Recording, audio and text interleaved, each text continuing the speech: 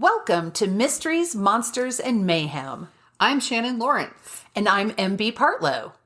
Quick content warning before we get started. This podcast may contain language and disturbing content, so enter at your own risk. Hi. Hey. Hello. We are here. We have a guest, and we're going to let her introduce herself. Hey, I'm Tyrean Martinson, and I write fantasy and sci-fi, sometimes nonfiction stuff, and I live in Washington State. And I don't really know that there's that much exciting about my life to say other than that. I like to read and walk, and I have a family and all that. Well, and you have a podcast too, don't you? I do. I started one this year. It's called The Truth About Storytelling, and I'm still kind of figuring out what I'm doing. So I haven't gotten advanced enough to know how to use StreamYard. So thank you for showing me. And I just record. I first started recording on my phone, and then I started using Audacity. But sometimes I still have some weird episodes where I have no idea how I got everything so echoey. So it's a work in progress at this point. Yeah, because that's Audacity is what I was using, and what I do as my secondary. When it was just us, right? And when we didn't have a guest and we needed to be online, and we started with Zoom, and then Zoom started having so many problems. Then we moved to StreamYard, and it's not perfect for sure, but it's better than Zoom was. Okay. So a lot of other options cost money. Yes. Yeah. Yep. So yeah, it's what can you be happy with without paying more money for, since you pay for hosting and all of that good stuff too. So yeah. Yeah, I'm always exploring to find a different one. We were just talking about high school and teachers. Yes. And teachers getting more held up, put on a pedestal More the beloved. Farther you get away from it. Yeah. Yes. You remember, I am not one of those people who looks back on high school through rose-colored glasses and thinks those were the best, because people do say those were the best years of my life. And They I'm were like, not. really? No. Did you die afterward? It's not. No. But did you die? I guess not. But I mean, my high school experience did not suck. I don't want to leave that impression. It's just, it was not the best of times. It was not the worst of times. I pretty much hated high school. Like I like learning. That's the thing. And I hated that high school so bad.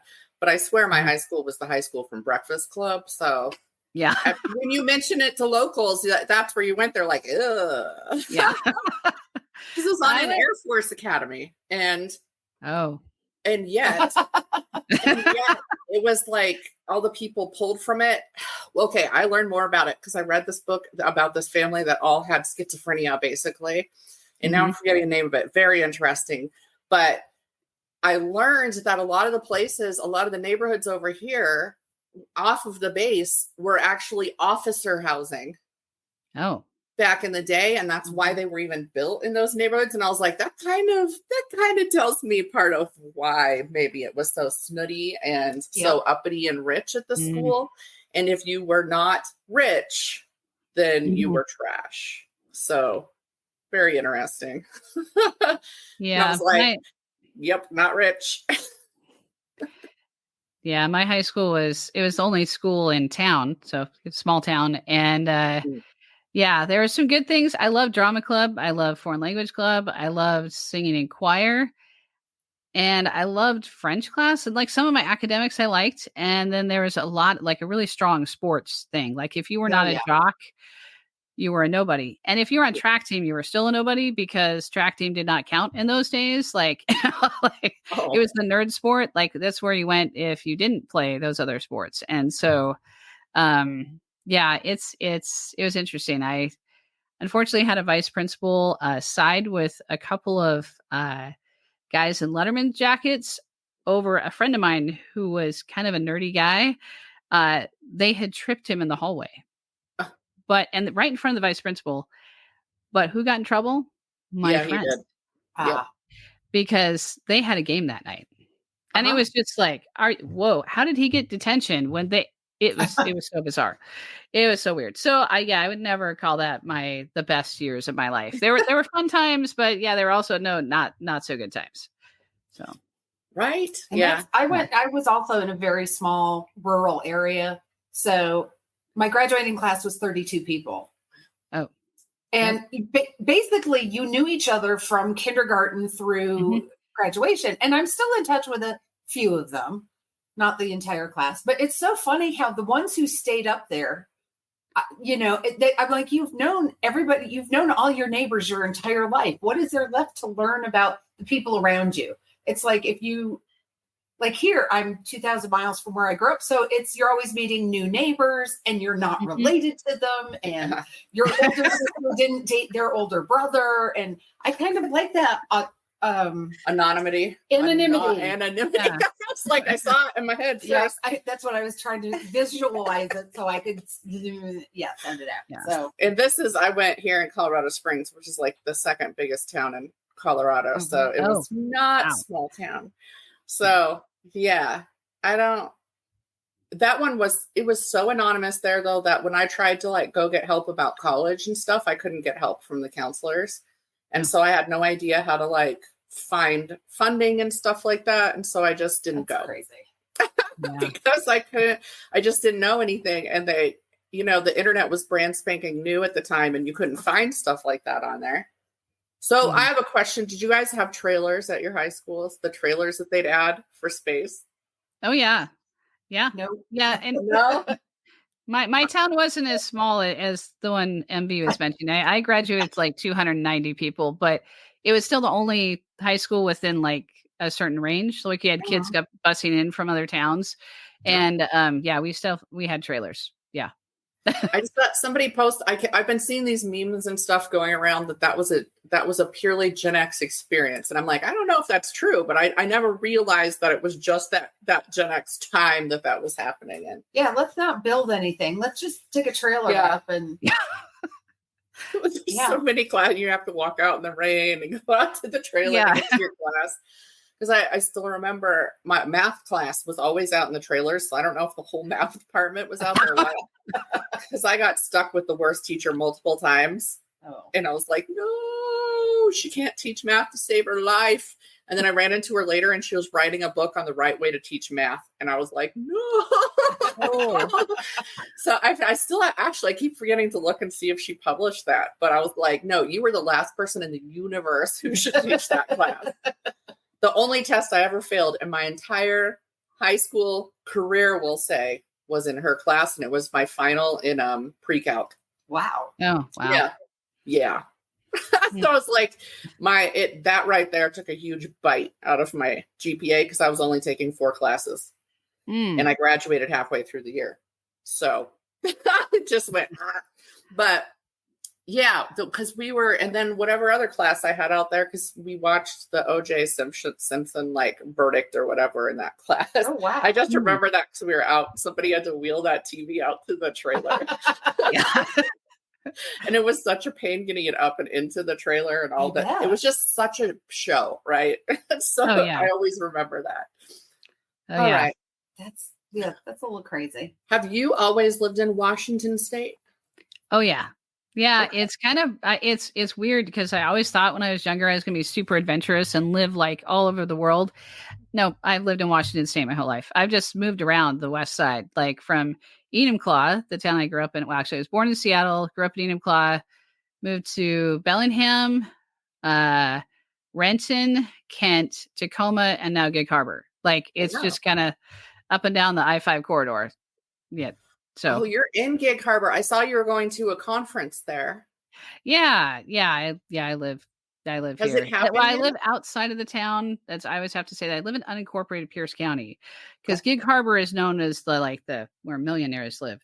I live outside of that. Got you. Not a millionaire. Yeah, no. No. So I guess there are apartments and stuff in town too. So you don't have to be a millionaire to live in town, but it's generally, that's where the waterfront is. And so, yeah. So have you done that conference yet? Or is that still one? I went to the conference last fall. Yeah. I may have something that I need to update on my website. Probably. I have a lot of things I need to update on there. So yeah.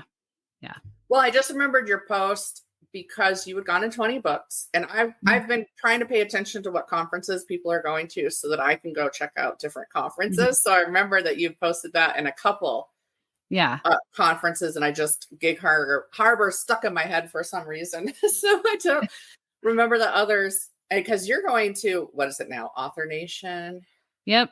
Yeah, I'm going to go in November, and I'm excited to see how different it is and how much it's the same.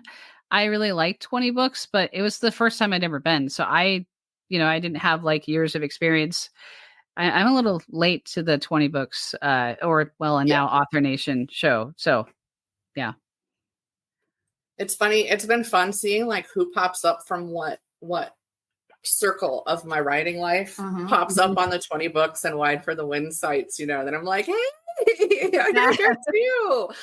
Because I mean the blog is its own circle of folks that we have, like the IWSG Insecure Writer Support Group. So, and there are some local authors here that joined IWSG with their blogs after I told them about it. So then they're in that world. And it's always kind of fun when like your little worlds intersect. Yes. Yeah. Yeah, it's cool. Yeah, it's fun. So I still don't know if I'm going to Author Nation, because I was looking at it and I was looking at who their speakers were so far. So I'm kind of monitoring it. Yeah, I signed up early, so I'm just kind of stuck with whoever they put there. I'm just going to go see. Yeah. That's true. The hotel goes up next year, I know, and then it goes back down. So that's kind of like what I was watching. I was like, I'm probably not going to go when it's up by like $50 a night more. But yeah, we're figuring it out, because my husband really likes Vegas and I do not. So it was kind of like, hey, we could go, I can go to this. And then, I've got tax write-offs and stuff for my portion of like getting there.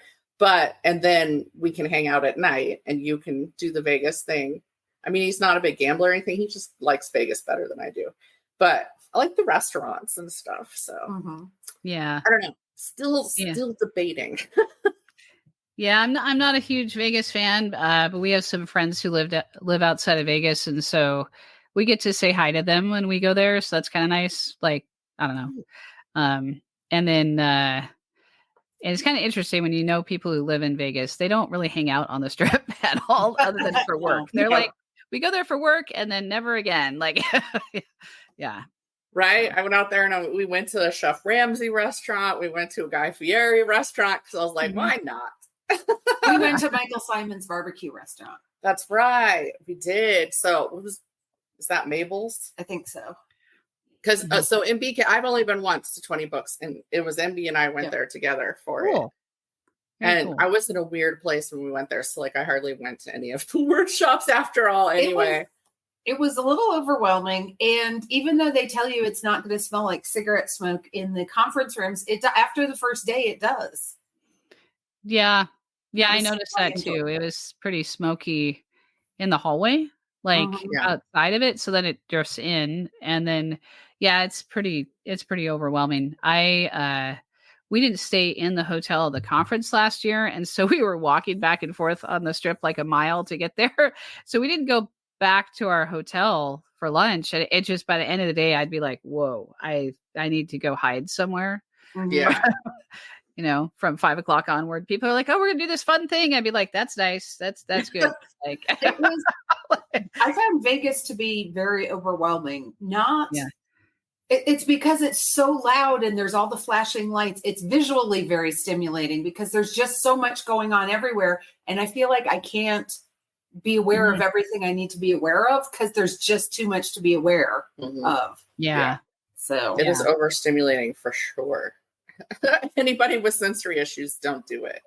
Yeah. But even in the conference, since it was so big and so packed, you were just like shoulder to shoulder with people. And so then I ended up just like being in my room and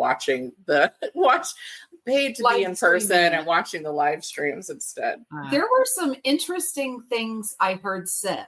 There were some things that absolutely drove me insane. There was a speaker who neither one of us liked. Yeah. But I was listening to a speaker talk about science fiction. And one of the questions from the audience was about humor. And this panel of gentlemen. Oh. I'm not going to say old white men because they weren't old, but this panel of gentlemen was like, humor has no place in science fiction. Oh. What are you talking about? That's crazy. You can have a light moment, like one per book, but there's no need to put any humor in science fiction. And I was like, I just said, fuck that. I was like, who are these people? Sir, do you know anything about the rule of 42? And Yeah. Hitchhiker's Guide to the Galaxy in its entirety. But they were just, and there's tons of it. And I'm not talking about, and that, to me, that's a humor book that's set in a sci-fi setting. Yeah. But I just was like, no, you can't, because as we've talked about in the past with horror, the best horror has moments of lightness and of humor. So it's not always bleak, scary. You have these moments that take you out of it. So when the blood does fly, it's more impactful. Yeah. No, I agree. You have to have humor because otherwise it's just boring. Like it's just stays the same. It's static. And even if you have action, it's like if you start there and you just stay there, it's not very much fun. I feel like there's a place for humor in most things. Like even the most devastating memoir can be written with humor sometimes. So or moments of it. Like, right? Yeah. Like, okay. So why don't you go ahead and go? I have a dreary topic. Dreary. So I'm going to talk about, because it's mystery, monsters, and mayhem. So I'm going to talk about the worst kind of monster. We all know what that is. It's the humankind. Deanna just coughed at you. That's okay. She coughs at me all the time. So this one, I do want to have a little statement at the beginning. It just so happens that this woman was a social worker, which is in general a profession I have a lot of respect for. Thing one, who's my oldest daughter, is a social worker. So, I do hold them in high esteem. But this woman, no, she's a disgrace to social workers. She's a disgrace to women. She's just a disgrace to human beings in general. Because I didn't know a lot about the topic, I have a little bit of background on the topic of adoption. Mm-hmm. So there weren't even laws about adoption for a very long time. It wasn't until 1851 that the first modern adoption law was passed in Massachusetts. In 1891, Michigan asked judges to investigate before entering final adoption decrees. So this was what became known as the home study. So there were adoptions going on for years before anybody said, maybe we should check out where we're sending these. We have some rules. Have some safety net going on. Well, they straight up sold Native children. So. Yes, they did. Those were not the only children who were sold. I know. It wasn't until between 1910 and 1930 that specialized adoption agencies came into being. 1917, Minnesota was the first state passing a law requiring adoption records be confidential. That's a really interesting topic, which I'm not going to go into today because there is not time. That's a lot. That's a big topic. But it used to be a very secretive, confidential, and you could not access the records. And we've seen that in a lot of big cases that have hit the news. The baby homes, the mother and child homes in Ireland, the schools here, the Native Americans. It's just, and it was all, if they weren't hiding the records, they were just not keeping them, or they were burning them, or it was awful. Well, I think with the Irish as well, it was them being, because the Native American children they were selling had not been put up for adoption. They had been stolen. And I think with some of the Irish cases, if I remember right, that was true too, where they were being taken because they just weren't worthy to be parents. And so the government would steal. Oh, eugenics is a word I heard so many times going over researching this.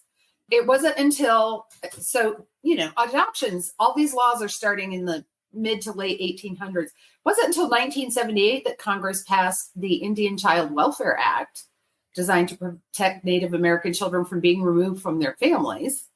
Adoption did used to be a rather freewheeling affair. It wasn't a formal thing. I discovered this looking up some family history. And what happened was somebody's if someone's parent died and another family member took them in, they just took that family's last name, and on the next census, instead of being Jane Doe, they were now Jane Smith. Mm-hmm. And that was all it took. So it was crazy. It's no wonder people can't figure out where they came from. So today we're going to talk about, and I have to give credit to Thing too, because she brought this to my attention. That would be my youngest daughter. So anyway, Beulah George Tann, who was known as Georgia, was born in Philadelphia, Mississippi in 1891 to George and Beulah Tann. She had one sibling, a brother named Rob Roy Tann. Her father, George, was an influential judge who was respected, if not well liked, and he had aspirations for his daughter to become a concert pianist. Okay. So he started her in piano lessons at age 5, and they continued into her adulthood. When she was young, the family home was a big neighborhood hangout. People congregated there, and her father was always bringing home abandoned or neglected children to see what he could do about improving their situation. And I think it's interesting that her middle name was George. It was not Georgia, but that's what she got called, was Georgia. Her brother, who does not play into this story at all, but I'm just going to, because I mentioned him, I got to close that loop. He was wounded in World War I.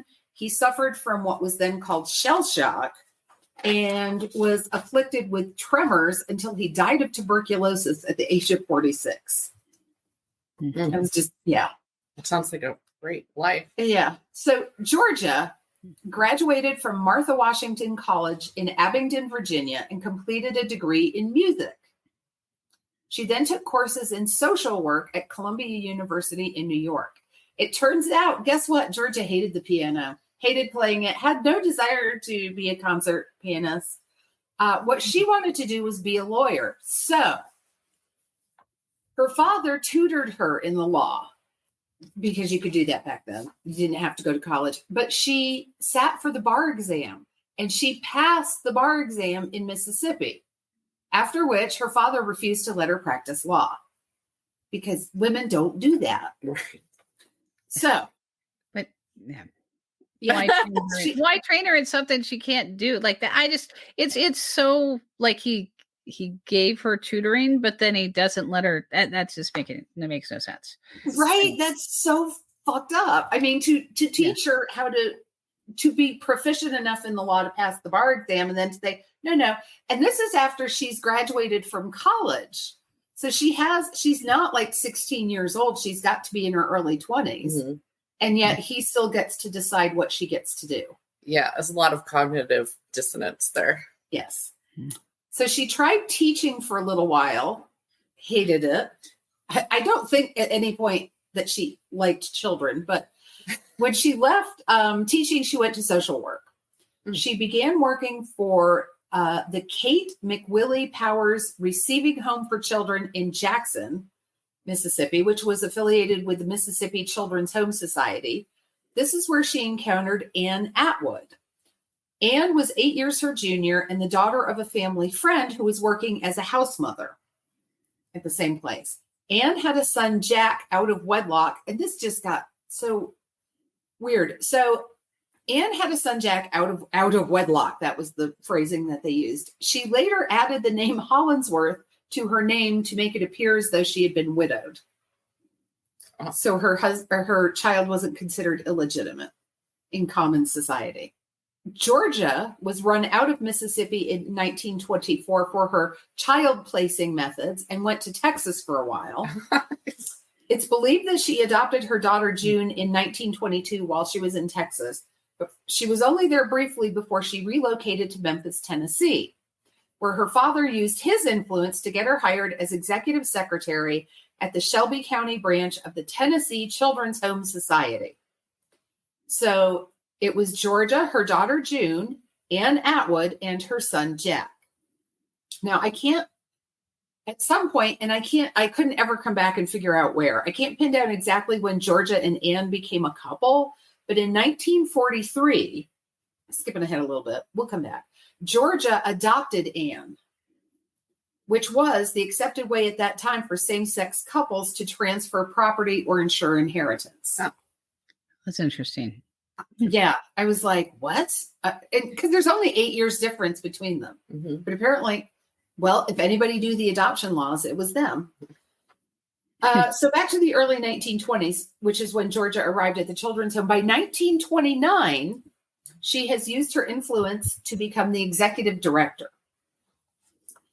And she just, all signs point to the fact that in 1924, she began the large-scale trafficking of children. So while Tennessee law permitted agencies to place children with appropriate applicants, to ban the selling of children, agencies could charge only for their services. So it was a very small amount. Mm-hmm. So if a Tennessee couple wanted to adopt a child, it was just strictly what it cost to process the paperwork. It was, they charged about $7. Oh. And that was what it cost adoptions in Tennessee at that time. However, she was arranging out-of-state private adoptions for which she charged a premium. As many as 80% of these adoptions were to parents in New York and California. I'm like, I think they had plenty of children in New York and California that probably needed homes, but she had the inner circle going on.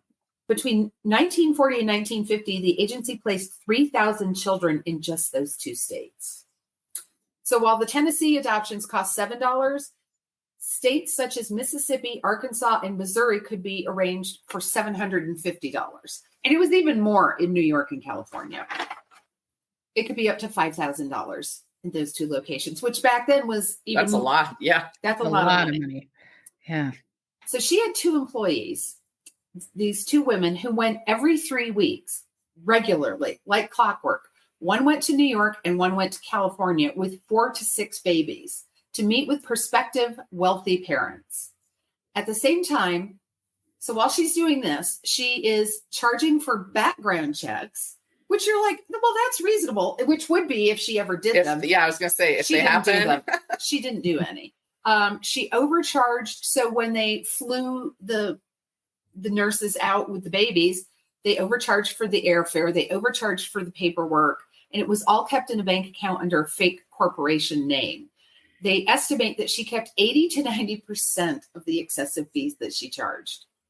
So it would be reasonable at this point to wonder where Tann got all the children that she was providing. Holy shit. She's just, I'm pretty sure that whatever you can think of, she did. Because there were so many different ways. She just stole children. She used pressure and threats of legal action to swindle or confuse birth parents, mostly poor unwed mothers. Mm-hmm. She used her connections to take children born to inmates in mental institutions or to people who were wards of the state. As a social worker, she would know all the best places to steal a baby. Yes. Yeah. Yeah. In 1937, there was a government report. This just kills me. There was a government report issued stating that 3 homes for unwed mothers in Memphis, Tennessee, in cooperation with the local health department, were committed to keeping mothers and babies together for at least 3 months before the babies could be put up for adoption. The theory was that so they could complete breastfeeding. And in actuality, the babies were collected within weeks of their birth. Usually, she could get away with citing court commitments. Mm-hmm. That's all she had to say. And people were so scared of going to court. She would also go directly to hospitals to collect babies from their mothers. So sometimes she even got the women to sign over the babies before they were born. Wow. Which I don't think is, today, I don't think you can do that. Sign over before they're born? Yeah. I mean, they're adopted out before they're born, but I think you have to sign the final papers after the baby is born. I'm not 100% on that. So sometimes she would take the babies from the mothers, saying that the infants needed medical care, and would just leave with them. And then she would come back and tell the mothers that the babies had died, had contracted pneumonia and died. So some parents would drop their children off at nursery school, go back to collect them after work, only to be told that welfare agents had collected their children. One thing that some people don't realize is back in the day, sometimes when a family fell on hard times, a baby or a child would be temporarily placed in an orphanage while the parents dealt with the crisis. there's somebody sick, somebody's dead, somebody's injured, whatever. So the children would go to an orphanage so they could be fed and clothed while the family got back on their feet. Well, these families went back and their children were gone and all their records were gone. So they're like, no, we don't know where they are. I'm like, just the audacity. Yeah. Wow. Yeah, that's crazy. The thing with the taking the babies in the hospital and just telling them, oh yeah, they have a medical problem and then they die. I mean, that's so shocking. And why didn't the hospital see the pattern? I mean, or care? Like why was nothing? Right, because they'd be coming back into the room to do whatever they needed to do and there's just no baby. Yeah. That's had a lot of contacts. Oh, they're probably in on it. So they were either in on it or the charge nurse. I'm not pointing the finger at charge nurses, but there would be somebody or more than one person in the hospital who was in on it. If she was getting paid thousands of dollars for it, I'm sure there was some to spread around. She did. And that was the next thing I was going to say was there was a large network of people helping her. And many of them were authority figures in the community. So parents were inclined to believe what they were told and follow what they were told. Here's this pillar of the community telling you what's going on and you believe them. It's an instinct to put your trust in authority figures. I mean, we absolutely shouldn't, but it happens. She had a network of spotters who would alert her if children were spotted on riverbanks, like if they were out playing. Playing outside. If they were in the poorer parts of town or like if it was a town that had a shanty town or walking home from school. So she would pull up in her expensive, fancy black car and offer the children a ride. And their family would never see them again. She would just make off with them. Wow. Yeah. She had a plant in the welfare department. And if a family applied for assistance and had children in the right age range, Georgia would be notified that these children would be profitable. Oh, and they wanted the blonde-haired, blue-eyed, So she was very, very good at destroying records. So the children who passed through her care, I use that word loosely, couldn't be traced. She also faked the records of children to present them to the prospective parents. There were people from Hollywood who adopted from her. And so she would give them this grand story about where the children came from that didn't have any basis in the truth. If the adoptive parents raised any concerns about the records not making sense, which some of them were like, excuse me, what is this? She would threaten them with the potential loss of the child. If you make a fuss, we're going to take your kid away. And she was aided in all of these threats by the actions of Shelby County Family Court Judge Camille Kelly. I really wanted to get Camille Kelly's name out there. So we definitely should remember her name just as well. Kelly also helped Tann gain custody of the children of divorced mothers so they could be placed in supposedly better homes. So while some of the children went to good homes, a large number of children were essentially sold into slavery. They went to become child labor on farms, or they just went to abusive families. While in her care, the children were mistreated by Tann with reports of neglect, physical abuse, sexual abuse, and murder. With no housing facilities, the society held children awaiting placement in public facilities and foster homes. And in the 1930s, Memphis had the highest infant mortality rate in the nation, mainly because of one woman, Georgia Tann. She had her all-female, and I will put up the pictures of the home. It's beautiful. It's this big, glorious house. It's got the pillars in the front and the big portico, and she dressed her all-female staff in white nursing uniforms. Few of them had any kind of training. Some were addicts. Children were frequently sedated, and any child who was challenging in any way, shape, or form was allowed to die of malnutrition. Yeah. Okay. Great. If you were a problem, they just stopped feeding you. Yeah. The children in her care rarely saw doctors, and when they did, Tann ignored medical advice. What a shocker. And allowed children to die of easily preventable causes like diarrhea. A few of the children who died in her care were buried together and their deaths recorded. it's estimated that 500 children died under her care. So 19 of those babies, 19 out of 500, were found buried in the historic Elmwood Cemetery in Memphis and are now memorialized in a marked grave. And the headstone says, "The Tennessee Children's Home Society, an infamous history, a tragic legacy, September 17th, 1923 to December 10th, 1949, in memory of the 19 children who finally rest here, unmarked if not unknown, and all of the hundreds who died under the cold, hard hand of the Tennessee Children's Home Society, their final resting place unknown, their final piece of blessing. The hard lessons of their fate changed adoption procedure and law nationwide." Yeah. That's all on the audacity, first of all, of stealing people's children, but then of being like stealing somebody's children when maybe they came from a great home, loving home, and then being like, you're too much work, and then letting them die instead of in some way returning them or just, okay. Yeah. So the babies were the hot commodities for her, but Tann took children of all ages. Older children were pressed into service as unpaid labor, taking care of the babies. So, I mean, 7-year-olds, perhaps not the best babysitter in the world. And some of her help, when they weren't addicts, she often hired pedophiles. I think that's who wanted to work with these children in an unsupervised. Yeah. So what she was doing was not a secret. She ran newspaper ads. These were hideous. She ran newspaper ads featuring pictures of children awaiting adoptions. And the copy said, "They'd like to be your Christmas gift." Oh, yeah. No, that's no. Yes, here's a commodity you can buy. She created a catalog of children for prospective parents.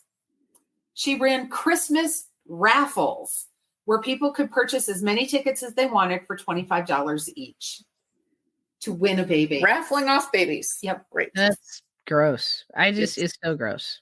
It is. And this went on for 2 decades until 1949 when Tennessee elected a new governor who was just not having her bullshit. Good.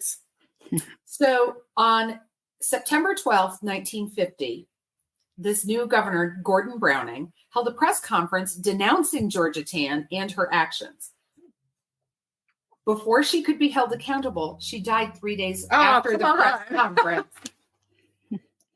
From complications of untreated uterine cancer. Good. I mean, it couldn't be slow and painful enough. But, okay, so she didn't get in trouble for it, but she couldn't just move to a new state and start it over again, at least, I guess. So in November of that year, that Judge Camille Kelly, was allowed to quietly resign. Yeah. It took the remainder of the year to find suitable housing for the remaining children.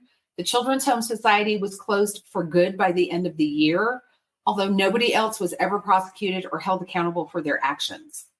In the spring of 1951, Tennessee sealed all adoption records, meaning it took a court order to have them opened. So you couldn't even attempt to find out any information. It wasn't until 1979 the state adopted legislation requiring the state to assist siblings who are trying to find each other, although a bill at the same time that would have given birth parents the same right did not pass. So you could search for your siblings, but you couldn't search for your children. And that wasn't revised until 1996. Wow. Yes. Okay. The state of Tennessee. Go ahead. Right. Just horrified. Yes. Yeah. So the state of Tennessee did later sue Tann's estate. The state case was settled out of court with the state forfeiting about 2/3 of its worth. Okay. So this had to be Atwood who was in charge of that. I will say, if you're interested in some of the individual stories of this case, because this is not news, this has been out in the public eye for some time, just Google Georgia Tann. You will find books, both nonfiction and fiction. There are novels based on this. There are people's true stories out there. You're going to find newspaper articles. You're going to find movies. You're going to find podcasts, everything. And here's a little, this is a very Nikki fun fact. Joan Crawford, Mommy Dearest, used Tann's service to adopt her twin daughters. June Allison and Dick Powell, who were famous actors couple, they also adopted from her. And the, at that time, governor of New York also adopted from her. And as a more modern example, there is a professional wrestler named Ric Flair. Yeah. His parents, that's where he came from. Oh. That home. And he apparently, now I did not read his book. I did not have time to get his book and read it. But he wrote a biography at some point, and the first chapter is, oh God, I can't remember what it was called. Something to the effect of, I was a black market baby. He talks about where he came from and what he's been able to figure out. It is nice that there are a lot of stories out there about people being able to go back and who were forced into the system, and they went back and found their birth parents or found their siblings. So there are a lot of, but they never should have been taken in the beginning. It's not, I can't call it a happy ending because it's really not. It's just people like this really exist. Well, yeah, well, it's not like trafficking isn't still a thing. Yes. It's just people as a commodity is always going to be an issue. If you're a commodity against your will. And it just, the more I read about it, the madder I got. And it was so hard to write up because I was like, I hate her. I wish she was alive so she could die again. Yeah. So anyway, my sources on this were adoption.com, of course, Wikipedia, the Newton County, Mississippi Historical and Genealogical Society, Business Insider, and familytofamilysupport.org. Like I said, if anybody wants more information on this, there's tons of it out there. I just tried to encapsulate what a horrible, wretched piece of refuse she was. It's like it's been a chunk of sociopaths for so long, taking people's children and selling them. Yes. And like, there has to be some form of either sociopathy or these people are subhuman that I'm taking them from, so it doesn't matter, right? And, dehumanization. That was truly what she felt. And a lot of the people who worked with her and aided her felt the same. Yeah, they felt if you took children from poor homes and put them in better off homes, they would be better off, more well-to-do homes. I'm like, no, if you have a good family, it doesn't matter if you're rich or poor. Oh, yeah. God. Yeah. Oh. So yeah, yay, there's my That's why we started with it. Yeah. You can call me Debbie Downer. That was certainly dark. Yes, it was. Yeah. And there's probably people who have no idea that that's where they originated and that their parents didn't give them up for adoption, for example, because that's a big thing with kids who were adopted and know that they were adopted out, like, is trying to understand why they were given up. Yes. And the percentage of open adoptions, what are called open adoptions now, it's huge. The percentage is huge. It's completely flipped. They're not trying to keep it in the dark, keep it a secret anymore. That's good. I think that's progress.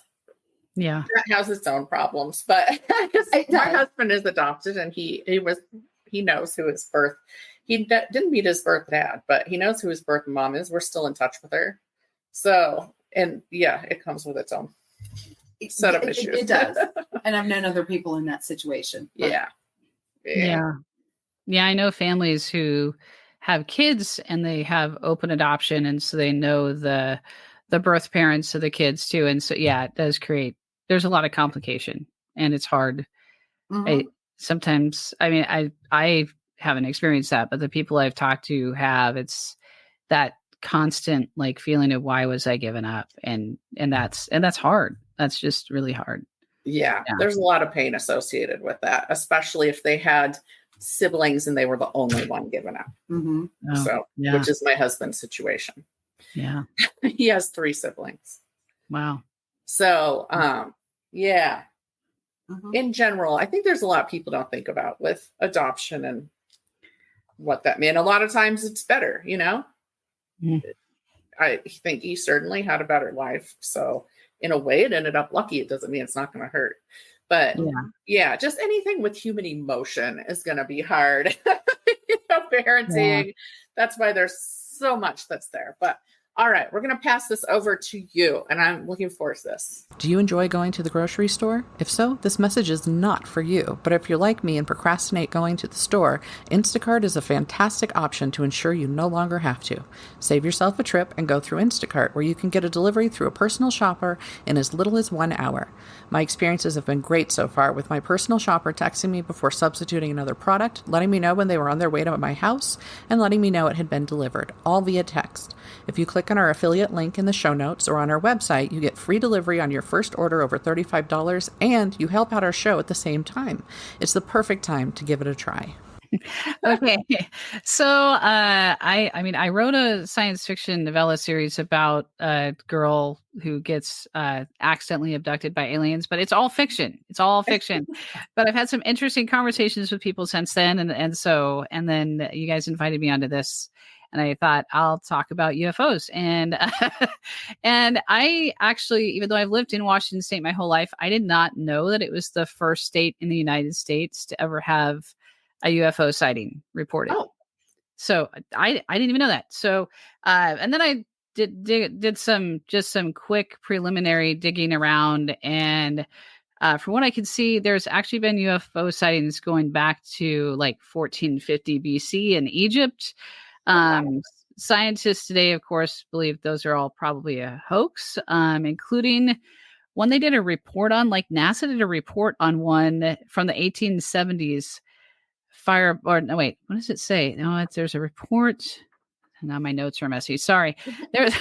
There's a report of a fireball in 76 BCE in Roman times that they actually did a NASA investigation on, which I found was kind of interesting. I found this little article, and they basically went through and talked about what Pliny, the Roman antiquarian, described, and how they decided it was probably just a meteor. But still, I thought it was interesting that NASA actually did some ancient history research, and that was just fascinating to me. I'm like, wow, they took that seriously. So anyway, there's a report by Richard B. Stothers of the NASA Goddard Flight Center on that. And anyway, one of those little side things you find when you're researching, you're like, wow, that's an interesting rabbit trail.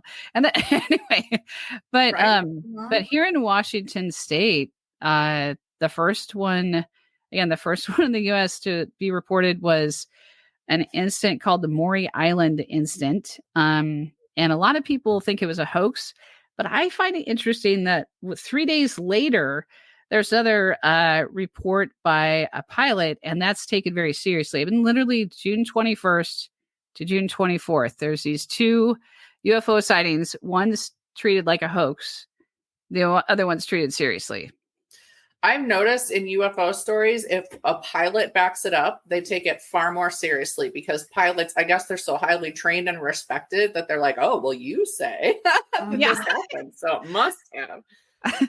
Yeah, that's what's really interesting. So the Maury Island one, it took place over Maury Island, Washington on June 21st, 1947.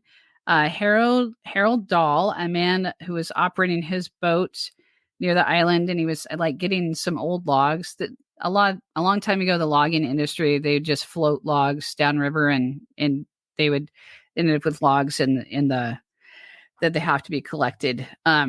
So he was collecting logs, and he was on the east bay of Maury Island, steering his patrol boat to collect logs. And there were two crewmen, his 15-year-old son, and his dog. And he says, as I looked up from the wheel of my boat, I noticed 6 very large donut-shaped aircraft. And he reported this to reporters later. And so he witnessed debris falling from the aircraft, which he said broke a boat worker's arm and killed his dog. So this sounds pretty serious. And he reports this to Fred Crispin, who's somebody else that he works with, and who investigates the incident. Crispin, when interviewed, reports recovering debris from Maury Island and witnessing an unusual craft, but we don't really get any specifics from him. So I'm going to come back to that, because I find it interesting, because you have that, and then you have this other incident 3 days later on June 24th, 1947, And like you said, the pilot gets taken more seriously. Kenneth Arnold, he's a private pilot. He reports seeing a string of 9 shiny, unidentified flying objects flying past Mount Rainier at speeds that he estimated at a minimum of 1,200 miles an hour. So he was flying from Chehalis, Washington to Yakima. So it's like west of the mountains to east of the mountains on a business trip. But he made a brief and unexpected detour after learning that there was a reward for the discovery of a U.S. Marine Corps C-46 transport airplane that had crashed near Mount Rainier. So when a plane crashes, I don't know how often there's a reward for it, but a lot of times other pilots will go out and look to see if they can find it and hopefully help or deal with the debris or help anyone who may have survived the crash. So according to his reports, the skies were completely clear and there was a mild wind. And a few minutes before 3 p.m. at about 9,000 feet in altitude and near Mineral, Washington, which is a teeny tiny town, he gave up his search and started heading eastward toward Yakima. But he saw a bright flashing light, similar to sunlight reflecting from a mirror. And so he was afraid he might be close to another aircraft. So he looks around at the skies around him. And according to his to radar or ground radar that he talked to, there was a DC-4 about 15 miles away, but that's not what he was seeing. So after seeing the flash of light, he supposedly saw a series of bright flashes in the distance north of Mount Rainier, and which was about 20 to 25 miles away at that point. And he thought they might be reflections on his airplane windows. So he rolls down his side window. Actually, it's probably on this side, and looks out, and the reflections came from flying objects. They flew in a long chain, and he thought for a moment that they might be some sort of military airplane, but they're moving at a really fast speed. So he started looking for the tail of the plane or for what, identifying marks on a plane he would recognize. They passed in front of him, and he thought they flipped around erratically. Sometimes he could see them on edge, and they seemed so thin and flat they were practically invisible. And then he kind of ended up describing them as a series of objects with convex shapes, although he later revealed the object was crescent-shaped, and then several years later, he said their movements were like saucers skipping on water, which is kind of where we get the idea of flying saucers from, apparently. Anyway. Okay, this is funny. Okay, because I briefly mentioned this guy. Okay. And I did one a couple times ago specifically because of that. Yeah, it's just wild. So anyway, so he turns his plane southward, and again, he's still looking at these things, and they're moving really rapidly. So he times the rate of their passage, and he comes up with his 1,200 miles an hour or 1,700 miles an hour. He wasn't quite sure. I'm like, well, anyway. And then the objects fade from view. And then, so he realizes that the objects would have to be really big for him to see any details. And later he compares notes with the United Airlines crew that had a similar sighting 10 days later. And they decided that the size had to be larger than a DC-4 airliner. He said the objects were grouped close together. And it's just interesting because he said they kind of flipped around, and he had an eerie feeling. I don't know what that means. But anyway, this is what the report says. So anyway, I read different articles about it. At first, he suspected he had seen test flights of some strange new military aircraft. And when he landed in Yakima, he described what he had seen to a bunch of pilot friends who suggested, again, that maybe he had seen guided missiles or new airplanes being secretly developed by the United States Army or Air Force. So after refueling, he continued on his way to an air show in Pendleton, Oregon. And he was interviewed by reporters the next day. And so they were a little skeptical, but apparently they respected him as a reliable witness because he was a businessman and an experienced pilot. So this gives him and he was very descriptive. The thing about the Maury Island incident, it's like there's some description, but not a lot. And it seems like Kenneth Arnold at least got his descriptions out there in the world So I think that's why people were kind of paying attention. However, maybe they didn't give Harold Dahl enough time to talk. I don't know. So anyway, he at one point said, "This whole thing has gotten out of hand. I want to talk to the FBI or someone. Half the people look at me as a combination of Einstein, Flash Gordon, and a screwball." So he knew he was going to be met with skepticism. So I found that was an interesting quote. So it turns out there is some corroborating evidence from the Portland, Oregon Journal, and they received a letter from Bernier of Richland, Washington, and he had also seen strange objects flying almost edgewise toward Mount Rainier about a half an hour before Arnold. And he thought they were part of a larger formation, but he wasn't sure. And then he also spoke to his local newspaper, and he's the first one apparently that said that it might be of extraterrestrial origins.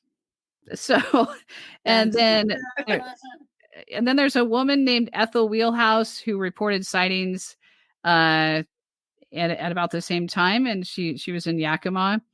Then there's then military intelligence began investigating the sighting in July, and they find another witness from the area who had been at a fire watchtower in Diamond Gap, about 20 miles south of Yakima. And so he thought he saw flashes or shapes that moved in a straight line. And so anyway, so there's all these different little reports that kind of come in. I find it interesting that the two instances are so close together. There's the Maury Island incident, and then there's the Kenneth Arnold incident, and then there's all these other little reports, and they're all within the same 3 days. And then there's another report from Idaho, and that's like from that same time frame. It's like about a week later on July 4th. So there's an investigation that happens. There's a Lieutenant Frank Brown and Captain William Davidson of Hamilton Field in California. They interview Arnold on July 12th. And he also submitted a written report. And this is their conclusion. It is the present opinion of the interviewer that Mr. Arnold actually saw what he stated he saw. It is difficult to believe that a man of his character and apparent integrity would state that he saw objects and write up a report to the extent that he did if he did not see them. But others were less impressed, and some said that he seems to be reasonably well-balanced, although excitable. And then Army Air Force's formal public conclusion was that the objects of the sighting were due to a mirage. So, it's interesting. It's kind of like, so there's all these little reports, but then, they must be a hoax, or they must be a mirage, or they must be this or that. So the AAF, with help from the FBI, began a deeper investigation, and they end up meeting with at President Hoover's, or actually he was director of the FBI, Hoover's direction, to find out more about these different incidences. And so they organized a special meeting at the Winthrop Hotel in Tacoma, which is just across the bridge from where I live. So I kind of know where that is, to hear and kind of consider this story told by Dahl from the Maury Island incident and from Arnold. And so they kind of collect a whole bunch of information all at once, from what I can tell.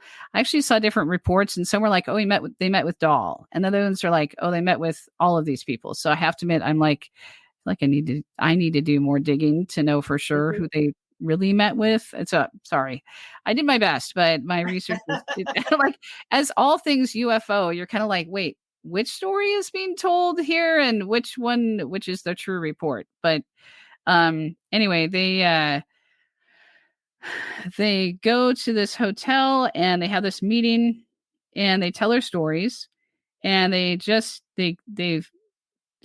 Dahl decides that he's just received so much grief and trouble over it that he just wants out of the whole thing, and even signs a statement saying that the debris that had been gathered was a hoax. But then later they say it's true.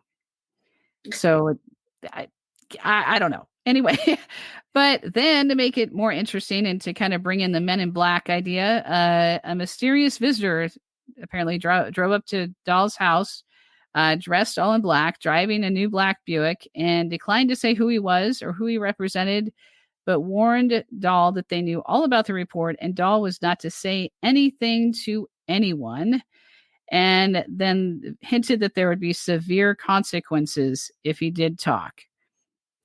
But he then tells other people about it, and he refers to this guy as a man in black.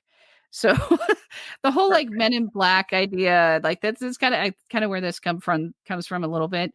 But anyway, so there's all these investigations, and the two Air Force investigators, they take samples, they take notes, and then their plane goes down. Oh, so. And they die. So there's this whole uproar after that. And there's a whole there's an FBI report on it. And it just becomes known as the Maury Island incident and the Kenneth Arnold incident. And it all just kind of gets, they basically decided that it was a hoax, or at least officially decided that it was a hoax. And there's been some interesting things about that. There were some things about, they must have just been shadows on the snow-capped peaks of Mount Rainier, or mirages, or even one of the guys who was a skeptic thought that they'd seen really large pelicans. Yeah, that makes sense. The Maury Island one, maybe, but by Mount Rainier, I'm like that. No, pelicans don't fly by Mount Rainier. Right. And I'm pretty sure you can tell it's a bird. Yes. It would have to be the size of Mothra. Right. So I have story. My other computer has like this entire huge a number of tabs open from different places I was looking at. So I don't have all my references lined up other than that one NASA report. And I got just a bunch of different newspaper articles. There's a gentleman who made a film about the Maury Island incident that came out in 2017.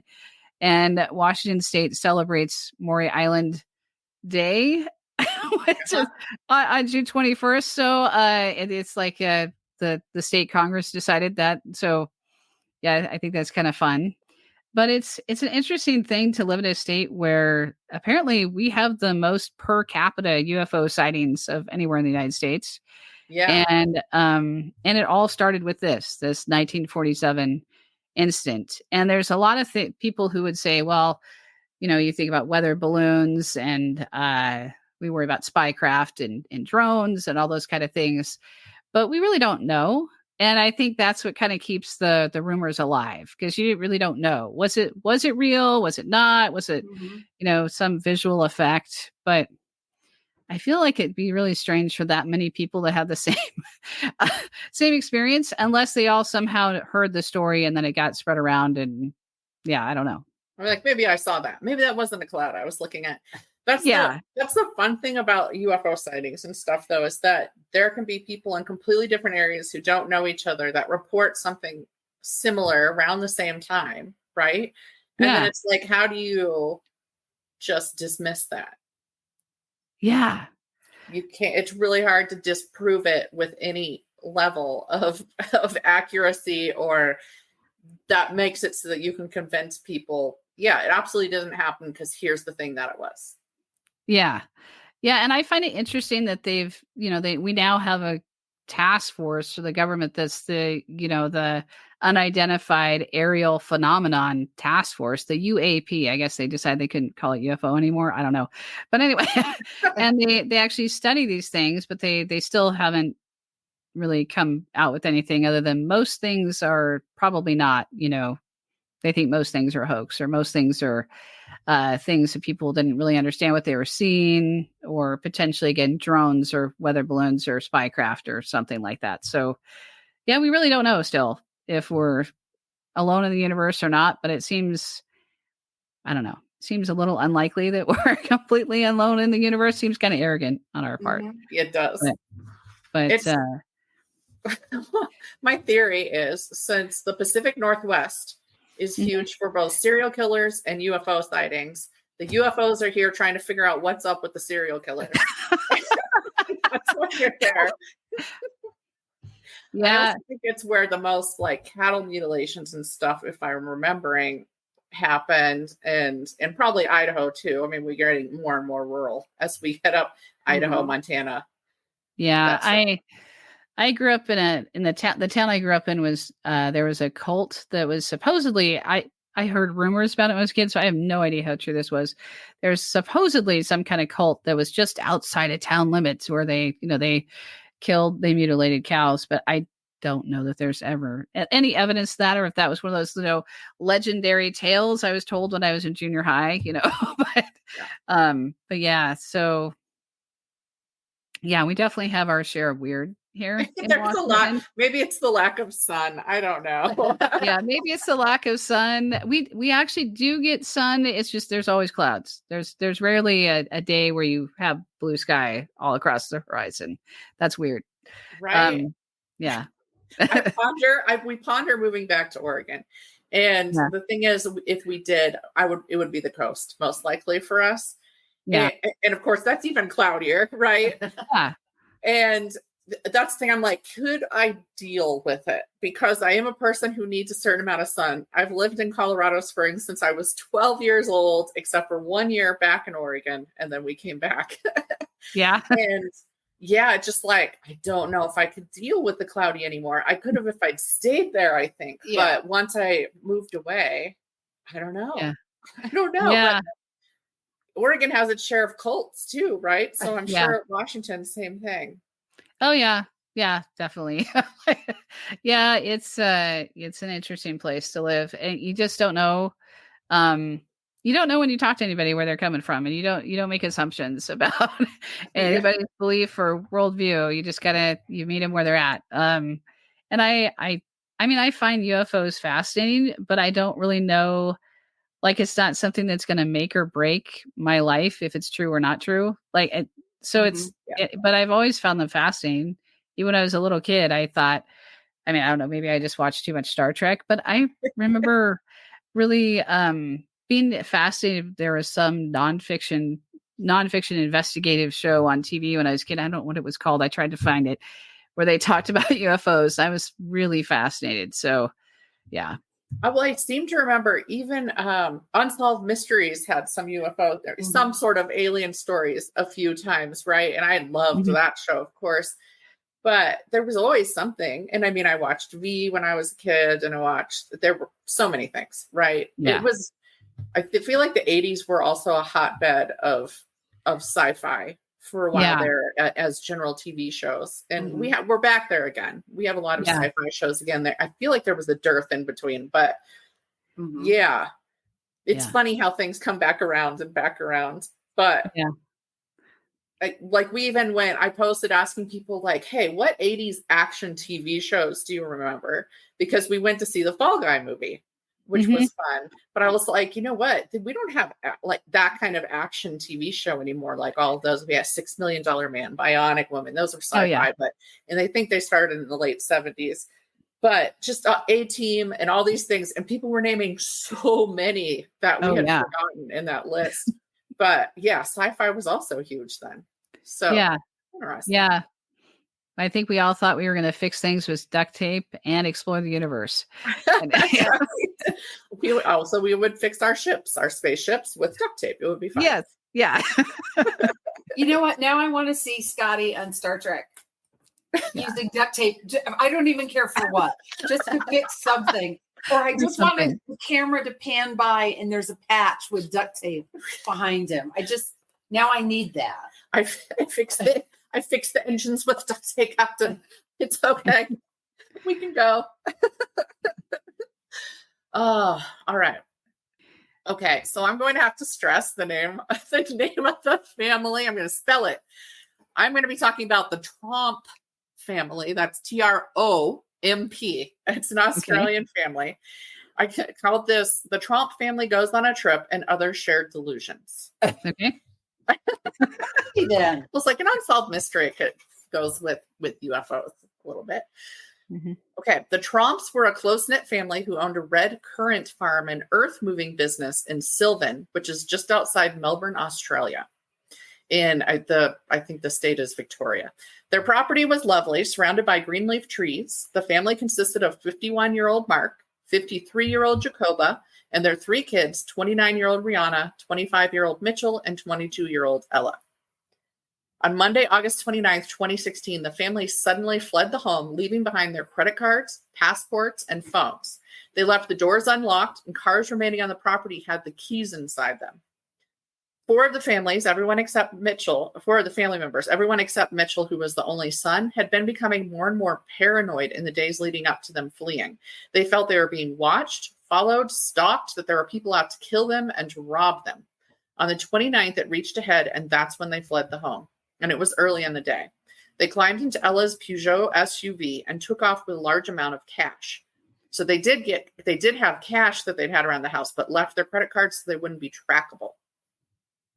Mitchell, who did not understand what was going on with them, but knew something was wrong, decided that he should go along with them to keep them safe, basically. So he jumps in the car with them too, and his whole family around him is freaking out and just goes along for the ride. Wow. About 18 miles from their home, the family discovered Mitchell had his phone on him, and they had lost it. They had to get it. They forced him to throw it out the window. They thought that they would be tracked by his phone. So he throws it out. And this was near a town called Warburton. And I will be posting on Instagram a map that shows where this family traveled during the days that they were gone. They drove all day and night. And by 7 a.m. Tuesday, Mitchell had had enough. They had driven about 497 miles in that time. And yes, I did convert everything from kilometers, so I am saying miles. Reaching a town called Bathurst in New South Wales. He was able to get on a train and he began his journey back home. But there was no direct train, so he's having to switch trains constantly to get back. The other Tromps continued on toward the Genelin Caves, which are a popular tourist area. I looked them up, and they look just like Cave of the Winds here in Colorado Springs. They're caves with interesting formations inside, and people can go and do tours. They're caves all over the place, right? The difference being they have wallabies at their caves, and we do not. That's not fair. When they got there, both daughters decided to leave. So they're done now too. They've started to realize something is up and they take off. So to get away, they stole a car from the caves, making it as far as a town called Goulburn. They reported their parents missing to authorities when they got there, who in turn reported it to the media. So now it's finally hit the media. Mitchell was still making his way back home, stuck on those trains. So he's not back home yet. When the daughters stopped at a gas station, they decided to split up. Like a horror movie. Ella needed to feed her horses. This was her big thing. Those horses hadn't been taken care of since the family took off. How much time has gone by? So where are we now? I think we're on Wednesday. And so it's been 2 days. Okay. Oh, no, it's Tuesday. Okay. So she needed to take care of her horses. She arrived home Tuesday night late. And when she got there, police were waiting. When police arrived, they'd found the documents and vehicles they said were left behind, but they had also found piles and piles of paperwork. They had pulled out all their paperwork during whatever was happening to track something or to go through everything. No idea. All they knew is that there was this paperwork everywhere just stacked up throughout the house. They said it was fairly orderly, but somebody had been searching through it and organizing it. Mitchell got home Wednesday morning on the train. In the meantime, after Rihanna had left Ella at the gas station, she had found a ute, as they call them, a utility vehicle, unlocked, had climbed into the back of it to hide from whoever her delusions were ongoing. The owner, unaware there was someone in his vehicle, took off. And he had made it about an hour away from that gas station before he discovered her in his vehicle in a catatonic state, as he said it, because she had kicked the back of his seat. And he looked back and there is a woman in his car. A catatonic woman. A catatonic woman. She couldn't answer his questions. She couldn't give him any information. He didn't know what her name was. He couldn't get anything from her. So he called the police. Police took her to the hospital and she was admitted. Ella was charged with the theft of the car. They decided not to charge Rihanna because she was hospitalized in not a good place. And I will say later, with the owner's permission, the charges were withdrawn when they found out what had been going on with this family. They decided she was not in her right mind. And seems like the owner was pretty cool about it. Okay, I'll let this one go. Unlike her siblings, she did not live at home or work on the family farm. The other two did, but she owned her own truck and driver supply business servicing local farms in Yarra Valley. On Wednesday night, Mark and Jacoba had headed back towards Sylvan. They arrived in a town called Wangaratta, about 373 miles from the caves where they'd been. Jacoba took off now, leaving Mark with the car, and was found 218 miles away in a town called Yass, not far from Canberra. No one knows how she got there, as she was found wandering along the road on Thursday, agitated, not making any sense. But it's thought she'd probably use some manner of public transport. I'm like, nobody considered. I previously did a story on an Australian serial killer, and people thumb rides there like crazy, right? So I was like, nobody thought maybe she hitchhiked there. Nobody knows. Like Rihanna, she was admitted to the hospital, and they eventually moved her. I think it was on Friday. They moved her to the same hospital as her daughter so they could at least be in the same place. Mark drove on, though he didn't leave Wangaratta. A couple reported him for tailgating them aggressively while they drove around playing Pokemon Go. Oh, God. I'm like, how slow were y'all driving, though? Come on. The roads, the back roads in Australia are insane. Like, when my husband first went out there and he was in Alice Springs, he talked about the road trains, and there were these giant semis with all these trailers on them, and they just haul. And if they're coming, you get out of their way. Like, just imagine playing Pokemon Go on those roads. No. Every time they tried to pull over to let him pass, though, I mean, they were cognizant, so they'd move over. He'd pull over with them. And then they'd kind of take off. So they said he was stalking them actively. Then one time they pulled over and he got out of his car and ran toward them, only to stop in the road and just sit there staring at them. And then suddenly, instead of coming at them more, because they're like, oh, God, like, what's going to happen? Here we go. He runs off and he disappears into Marowak Park. And he's just gone for a couple of days now. And there were some break-ins in the city that police thought could be related to him, like a hotel and some homes were broken into, but they weren't able to say for sure. And I couldn't get any good information on the break-ins. Like, were things being stolen, or was somebody just purely breaking into a house or staying somewhere? I don't know. Mitchell and Ella were interviewed by the media. So they started showing up on news stories, and you can listen to their interviews online if you want, pleading for help in getting their parents back home. And then ultimately their dad is who they were really talking about, because mom got found. They told of their parents' bizarre behavior, but said they weren't dangerous. Like, I don't think they're going to hurt anybody. And I'm like, I don't know. Mark was thinking about it. It wouldn't be until Saturday night that police found Mark roaming along a road near the airport, still in Wangaratta. After confirming he was okay, though in a confused mental state, they released him to his brother, who was a police officer elsewhere, and allowed him to go home.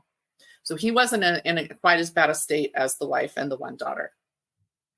All family members ultimately improved and were able to return home. Speculation has included the possibility of chemicals used on the farm, or something called folie deux, which means madness of two in French. It's pretty rare, but more likely in close-knit families. And I'm going to talk more about it here in a minute.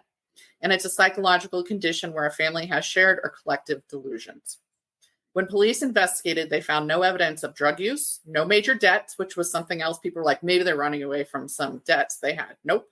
No religious affiliations that might have led to it. Like, they weren't part of a cult. There was nothing like that. And no sign of mental illness shared by the family. It would later be determined to be a stress-driven mental breakdown, likely on Mark's part as the dominant person, where he was so convinced he was in danger that he convinced most of the rest of the family that it was real. Some famous cases, some we've covered, of folie deux, are those of Leopold and Loeb, the serial killers, the Slender Man girls who stabbed one of their classmates because they felt Slender Man was telling them to, and the Heavenly Creatures girls who killed one of their mothers that you covered. Yes, those are all examples of this thing happening, shared delusions. But I'm going to cover, I chose a case study of 3 sisters from South Carolina who've been studied a lot for cases, which is now a possible, folie deux is now a possible legal defense. It has been used as a legal defense, and is split into folie deux, folie à trois, and folie à famille. So this family one would have obviously been famille. So the Tromp family, but a lot of times it's seen in 2 people. Interestingly, though there were multiple articles and papers about the 3 sisters, their names were never given in the sources I found. So I don't know what their names are. I couldn't find more about their pasts. These three sisters had no history of abuse or mental illness, but they had a mother and a brother who had been diagnosed with schizophrenia, so it was in the family. The sisters all had their own separate lives. They were very close in age. The youngest was 21 and was away at college in her sophomore year before struggling with insomnia and isolation that caused her to move back home and move in with her sisters. The second youngest sister was 22, had gotten married at 19 and had 3 children with her husband, and had previously left her senior year of college due to depression. So I'm like, what do you mean they had no history of mental illness? Like, yes, they did. She was a stay-at-home mom. The oldest sister was 23 and was a 4th grade teacher who had just broken up with her boyfriend. So this is kind of the perfect storm that's happening all at the same time. But they were 21, 22, and 23. Yes. That's so they were Irish triplets. Yeah.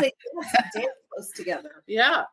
So yeah, very close. You know, they were probably super close knit when they were at home. And also I've noticed that like, if you've got 3 sisters, it's a very different situation from if you've got 3 brothers or a mix of 3 siblings. And I say this as coming from a family of 5 with 3 brothers in the middle and having some good friends who are one of 3 sisters. That's a very unique setup for whatever reason. At some point, the sisters ended up moving in together. They moved into that married sister's house. The sister who was a parent felt that her children were in danger from their grandmother due to her schizophrenia, and she ultimately convinced her sisters this was a real risk. So the sisters moved into her house to help with the children, but the father of the children kicked the 2 sisters out eventually, like, no, I'm tired of this. So they moved into the house next door. And I'm like, how? But I can't look them up to be like, was it a rental? Did they buy it? I don't know. The sisters all got very into Christianity. I'm going to say that in quotes because they made this very much their own, but they got very into Christianity all of a sudden. And I couldn't find if they had started out religious or if this is like a born again situation or what. I do not know. They pulled away from family other than each other and the children, and they prayed for hours, did their own Bible studies and prayer services, just them. And I assume the kids with some of this. And eventually stopped sleeping altogether. That's a problem. Yes. Yeah. Yes. The youngest sister had previously had issues of insomnia, according to this college paper that I was reading, or this scientific paper I was reading.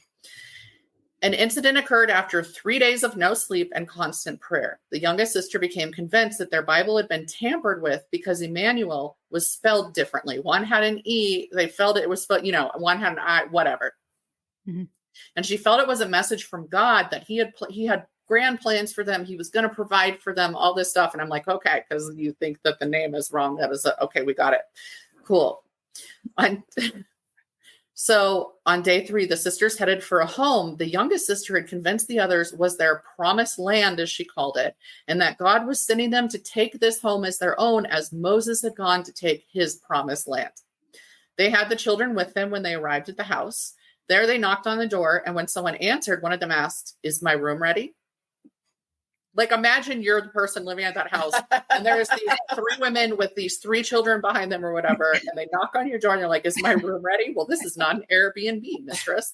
Like, so there, of course, the homeowner's trying to shut the door. The sisters tried to force their way in, but the owner was able to get it shut without them getting in there. The sisters then broke windows trying to get inside that way. But the homeowners had called police who showed up, demanding they cease and desist. Of course, the two of the sisters attacked the cop while the other one got inside the house. And if I remember right, it was the youngest sister with the insomnia and who had just came back from college. And I point that out for a reason that we'll talk about in a minute. But the other 2 are keeping this cop busy and inside the house, and she proceeds to attack the homeowners. And I was like, where were the poor, like how the children had to have been watching all of this craziness. So more police officers arrived. The women are fighting these police officers. The police officer, one of them gets inside. He's actually off duty, and he gets inside, and he's able to get the one sister off of the homeowner's lease. And now he's engaged in battle with them. And they're screaming the whole time that it's Judgment Day, and they're yelling about Satan and just all this stuff. An insanely stupid decision. Once the sisters are finally arrested, they put them in a cell together. No. Here they took off their clothes. As one does. They stripped completely naked. refused to eat or take care of their hygiene in any way, sat on the floor, and they sang and chanted. And of course, continued the Bible stuff and their talk of all of that. And then they start making accusations against the officers at the jail, saying that they're doing things to them. Evil things, right? And they're like, I don't, what's happening? So at one point, officers tried to get into the cell to talk to them and try and get them to like eat or something. And the women attacked them and they had to be maced as they were biting, scratching, kicking, going after these people. So these are 3 naked young ladies. Yes.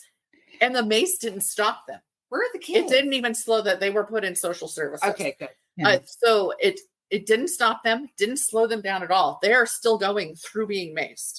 Wow. And it ultimately took 15 officers, a combination of sheriff's deputies and the jail workers, 2 hours to get the women subdued and to cuff their hands and legs. Wow. Like they have just gone completely insane at this point. Holy shit. Wow. Spiral, basically. Yeah. Wow. In all, their charges were I quoted this because I could put it in a different order than the place I read it, or I could just quote it. Burglary, assault and battery with intent to kill, assault and battery of a high and aggravated nature, and resisting arrest. They got additional assault and battery of a high and aggravated nature after attacking the officers in jail, of course. They were hospitalized for evaluation and split up finally. The youngest sister was diagnosed with schizophrenia. She had not been previously diagnosed, and she was put on medication. The older 2 sisters did not receive similar diagnoses, and they improved as soon as they were separated from that younger sister. So she was kind of the driving force in a lot of it, even though it was the mom who had kind of gotten them to move in with her because she was concerned for her children's welfare, and the sisters came. It seems like the younger sister then brought in whatever she had going on and got them sucked into it because they were all together in that house for however long. All were found not guilty by reason of insanity, as it was felt their belief that God wanted them to commit these acts meant they did not actually know the difference between right and wrong during all these altercations. I have mixed feelings about that. They were, however, court ordered to move to different counties. They could not live in the same county from each other and never again get together without supervision. I don't know how you enforce that with sisters that close. I highly doubt you can, but hopefully they didn't move in together again. Yeah. The house they tried to steal, once the younger sister had been medicated, she had a lot of improvement. And she was like, yeah, that house was one I kind of coveted for a while. And so it kind of got wrapped into my delusions. Ooh. She had seen that house. She wanted one like it. She figured eventually. And so then when she was in that, they went for that house. So the fact they got away with the whole God made me do it excuse bothers me, because you know how many serial killers have claimed that they were getting messages from God or messages from some entity. And if we let them get away with that, that would be terrifying. So I feel like there was a little female privilege happening here. Like when they were battling the cops and they were broken into the home, if those had been men, I feel like that would have gone differently. There would have been weapons pulled sooner, but probably with these like 320 something women, they were hesitant to be as physical, you know. I think they got away with some things is the gist of what I'm saying there. They didn't kill anybody.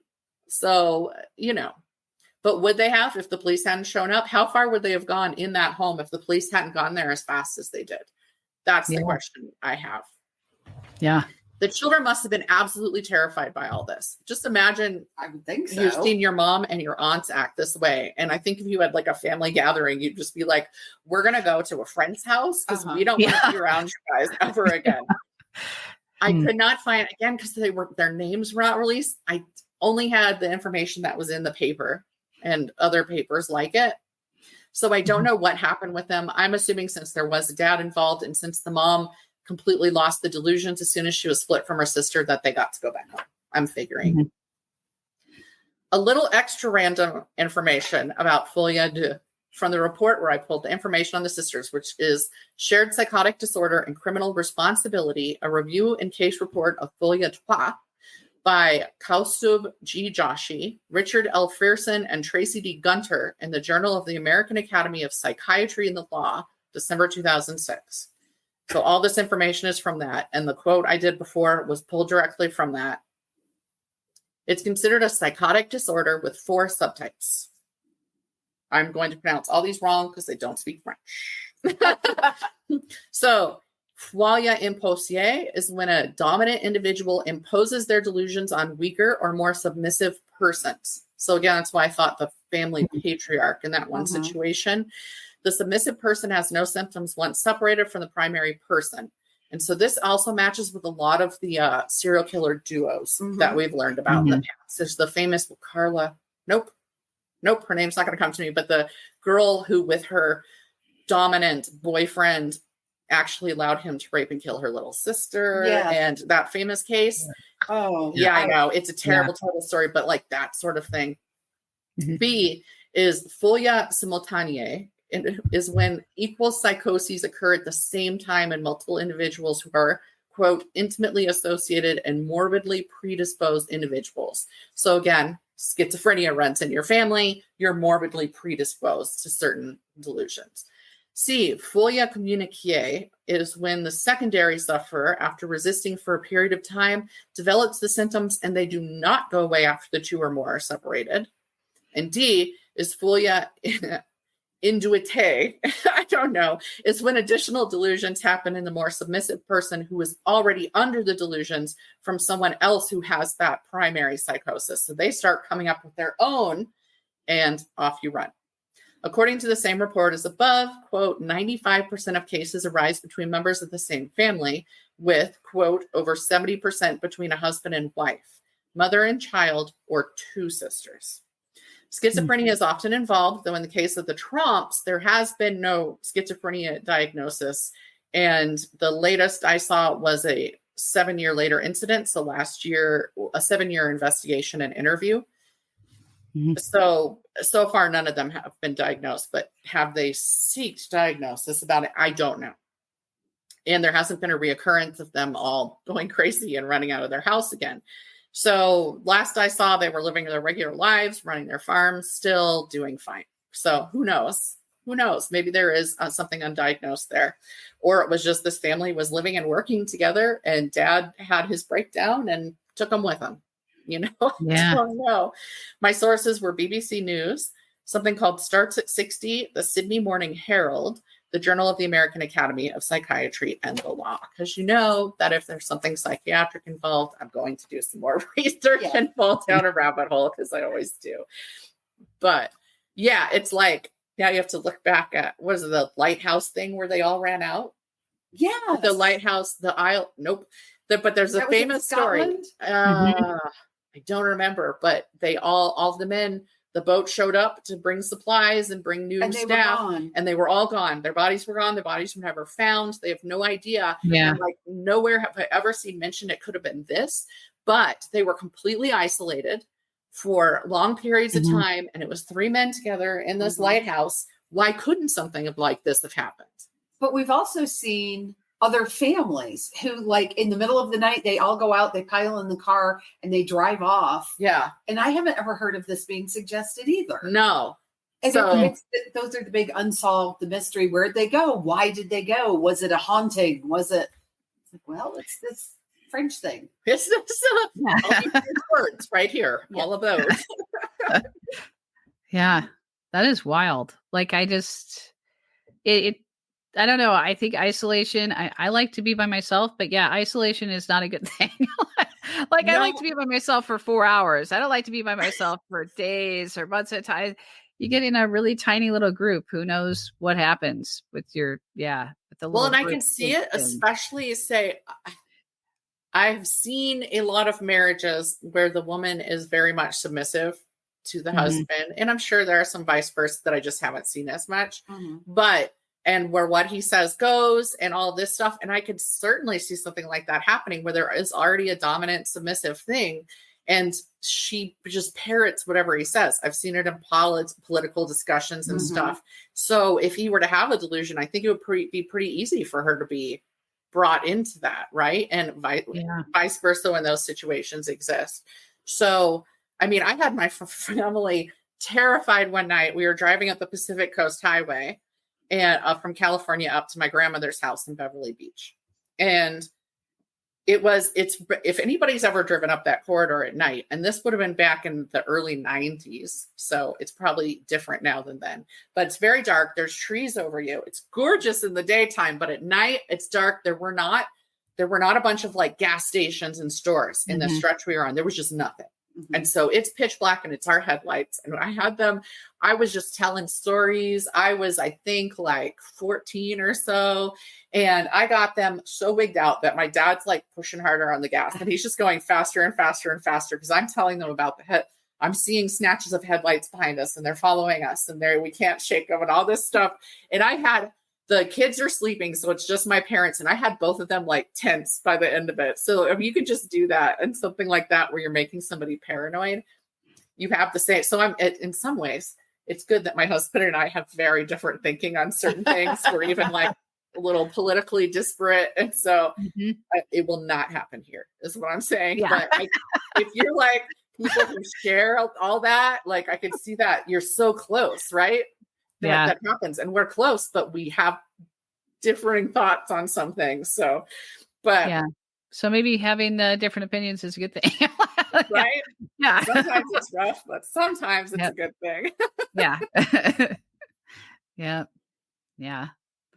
Wow. All right. Yeah. You both did such great research. I feel like mine with the UFO stuff, it seems like no matter how far of a rabbit trail you go on in research, it's just an article reporting what somebody else said over here, what somebody else said over there, what somebody else over there. And it's like, where's the fact? Like, no, I feel like hard, though. Yeah. Sometimes it is so hard to figure out what's the true story, what the facts are. Well, and one I even had Air Force papers and papers from stuff like that, but they've gone through and they've blacked out stuff in it. Redacted. So you can't even see everything in it. And that's the thing, like how much of it is military covering stuff up? We don't know. How much is government covering up stuff? We don't know. Yeah, we don't know. But I do find it fascinating that there's stories that the Air Force have actually scrambled jets because this thing being seen by pilots is visible on radar. Yeah. I don't think a Pelican is visible on radar. I don't think so either. Again, unless it's the size of Mothra. Right. Yeah. So those are the ones that are always so good, though, because the military scrambled jets after these things. And then their pilots reported seeing stuff. And it's like, they're not just, they tend to be pretty common sense type people who end up as Air Force pilots and such, right? So then people listen to them when they talk. But if you're just Joe Schmo, and something hurts your dog and breaks your arm, nobody cares. And they think you're lying. Yeah, that was just so odd to me. I'm like, why would they not? But they don't believe this guy. And it sounds like he's just a regular, probably not college educated, which that sounds silly, but I feel like there's a lot of people who believe they believe the pilot, they believe the scientist, they believe but it's just a regular person who's out on his boat doing a regular job, and nope, we don't believe him. Right. But something happened. Like what, we don't know, but something happened. So there's a lot of bias in all that sort of stuff, right? Oh yeah. And we see that all over the place for different things. Like, this guy, he's a mechanic. We're not going to listen to what this guy says, but this pilot or this doctor over here, we're going to believe we see that a lot. They believe the doctor. And of course you see, well, if a man says it, it's more believable than if a woman says it. Although I liked, they didn't use hysteria for him. He was excitable, you said. Yeah. That was it. That one got me because so often with women, they were like, well, she was excitable or she was having some hysteria. And they did that to this poor guy too. So it's just. Yeah. Yeah. They I guess whenever they want to dismiss something, they call it excitable. So, you know, yeah. And the person was excitable. You know why they were excitable? Because they'd just seen a UFO. That would make me excitable. Yeah. So they're going to come across as a little excitable, maybe. I think that's going to happen. I feel like if you're just reporting it like it's nothing and you're like, yeah, I don't know. There's like a alien came into my house, whatever. It's not a big deal. Like that's where you have a problem. Yes. Yeah. Yeah. It's a little bizarre. Yes. A little bizarre to read the reports and the way they dismiss things, and just the interesting, like, well, we investigated it, but then we decided it was nothing. Right. Yeah, I don't know. It was a pelican. Yeah. They couldn't produce an alien's finger, so it didn't happen. I'm going to use that from now on for as an explanation for anything. It was a pelican. I think it was a pelican. What's for dinner? Pelican. Who was that at the front door? I think it was just a pelican. I don't know. Pelican.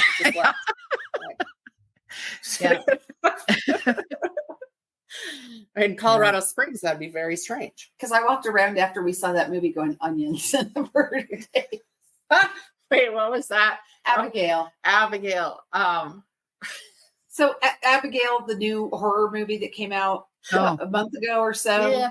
And so it's a vampire movie. I'm not giving anything away. That's in the trailer. So they tell this one young woman who's the influencer. She's the social media influencer. They're trying to figure out, people are trying to figure out, how do we fight vampires? So they send her to the kitchen to get garlic. And she comes back and tosses this bag of onions on the table. And it's just, her reaction is so funny. And they're like, fucking onions. I know. So and she's like, I don't cook. So yeah, for days I just walked around and I would just go, fucking onions. Right. Which is, it's happened to me, sans vampire, where I asked my husband to go get something. I don't know if it was celery. I do not remember what the something was. And he came back with rhubarb. And I never in my life seen rhubarb. Like, I did not know what to do with this. And I was like, okay. So, so this is red. Yeah. This is red. Celery is green. You've had celery. I did learn. So he went back to the store to get celery, and I had him get strawberries, and I made a strawberry rhubarb pie for the first time in my life. So it worked out because I got pie out of that mistake. But and it was good. It was good pie. But everybody has been in that thing where, hey, can you go get me the thing? And then they come back with something bizarre, and you're like, why did you think this was that thing? Yeah.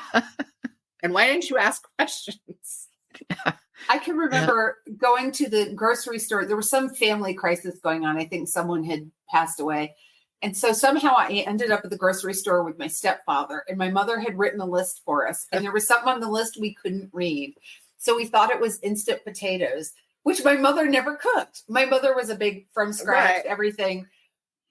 So we come home with instant potatoes, and she's looking, and there were like half a dozen things on the list. And she was like, what? Why? What? And we're like, what does this say? Instant pistachio pudding. Oh, was what we were supposed to buy.